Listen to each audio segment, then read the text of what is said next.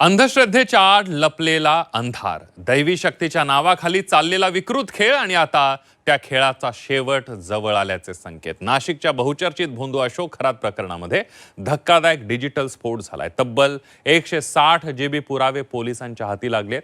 या पुराव्यांनी खरातचे आणखी काळे कारनामे उघड केलेत. बघूया.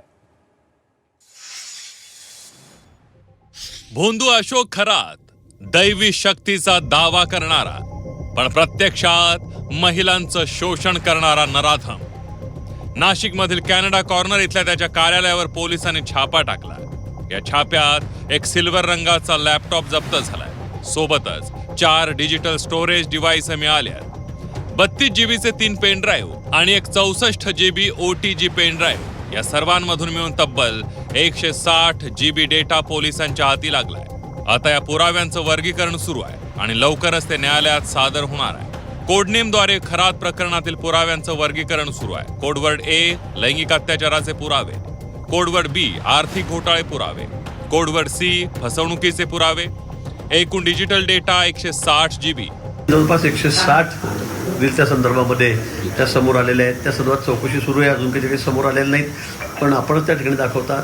ते म्हणून मला असं वाटतं की हा विषयही अतिशय गंभीर आहे. मला वाटतं अशा बंधू लोकांचा इतका कडक बंदोबस्त झाला पाहिजे की पुढे कोणी अशी हिंमत करता कामा नये, कोणी असे प्रकारच करता कामा नये. अशा पद्धतीने त्यांना शिक्षा झाली पाहिजे. सायबर आणि फॉरेन्सिक टीमने या सर्व डेटाचा सखोल अभ्यास केलाय. नोव्हेंबर 2023 ते डिसेंबर 2025 या काळातील माहिती अत्यंत महत्त्वाची मानली जाते. 19 फोल्डर्समध्ये गंभीर स्वरूपाचे पुरावे सापडले. फक्त डिजिटलच नाही तर कार्यालयातून 2 लाल रजिस्टरही जप्त झालेत.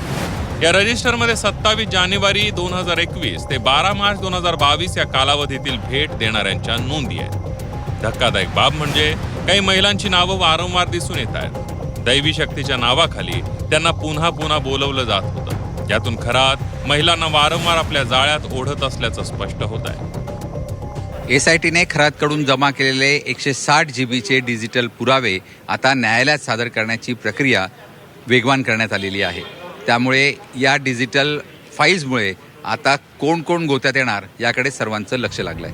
श्रद्धा आणि अंधश्रद्धेच्या सीमारेषा जेव्हा पुसट होतात तेव्हा अशा भोंदूंना वाव मिळतो. महिलांची शिकार करणाऱ्या व्यक्तीचा खेळ आता संपत आल्याचं चित्र आहे. दरम्यान खरात प्रकरणात आता ईडी देखील ऍक्शन मोडवर आली आहे. 2 दिवसांपूर्वीच खरात संबंधित जमीन खरेदी विक्रीचे दस्तावेज जप्त करण्यात आले. तसंच बँक खात्यांची माहिती ताब्यात घेण्यात आली आहे. विश्वसनीय सूत्रांच्या माहितीनुसार ठाण्यात आयकर विभाग आणि ईडीची संयुक्त बैठक झाली. दोन्ही यंत्रणांकडून कागदपत्रांची छाननी सुरू आहे आणि लवकरच मोठं धाडसत्र होण्याची शक्यता व्यक्त केली जाते.